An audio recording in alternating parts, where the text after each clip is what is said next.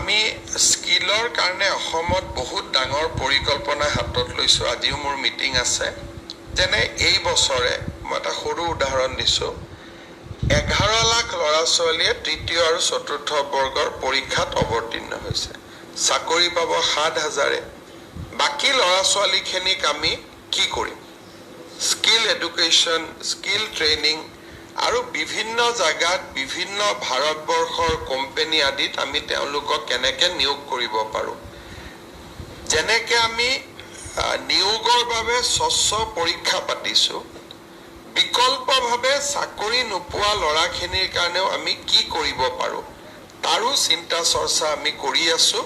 আৰু মই ভাবোঁ যে ইয়াৰ বিকল্প হ'ল স্কিল এডুকেশ্যন। আৰু কোনোবা এটা দিন আপোনালোকৰ লগত মই আমাৰ মন্ত্ৰী জয়ন্ত মল্ল বৰুৱা বা মই নিজেও কথা পাতিম যে স্কিলৰ ক্ষেত্ৰত আমি কেনেকুৱা ধৰণৰ ব্যৱস্থা লৈছোঁ। শিক্ষা বিভাগে কলেজতে স্কিল এডুকেশ্যনক মেইন ষ্ট্ৰীমিং কৰাৰ বাবে বহুতখিনি কাম হাতত লৈছে। তাৰ বিষয়েও আমি আলোচনা কৰি আছোঁ যাতে কলেজত পঢ়ি থাকোঁতেই আমি স্কিল এটা বিশেষ স্কিল এটা আহৰণ কৰিব পাৰোঁ। কাৰণ সকলোতো ACS নহয়, সকলো APS নহয়, সকলো শিক্ষক নহয়, শিক্ষয়িত্ৰী নহয়, লিমিটেড স্কোপ আছে। কিন্তু এই লিমিটেড স্কোপৰ মাজত আমি যদি তেওঁলোকক স্কিল এডুকেশ্যন দিব পাৰোঁ তেতিয়াহ'লে বহুত ডাঙৰ এটা সমস্যাৰ সমাধান হ'ব। এডুকেশ্যন ডিপাৰ্টমেণ্ট আৰু স্কিল এডুকেশ্যন দুইটাই এই দিশত কাম কৰি আছে।